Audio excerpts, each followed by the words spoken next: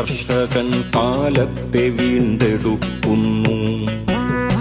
മണ്ണിന്റെ രക്തവും കണ്ണുനീരുപ്പും വിയർപ്പും കലർന്നു നിൽക്കുന്നു.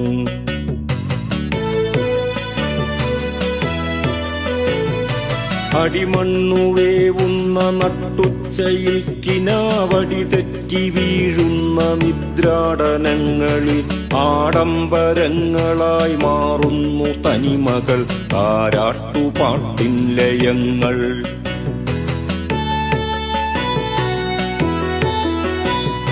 കാമവും പൈതാഹവും മാത്രമെത്ര നൂറ്റാണ്ടായി വളർന്നു നിൽക്കുന്നു.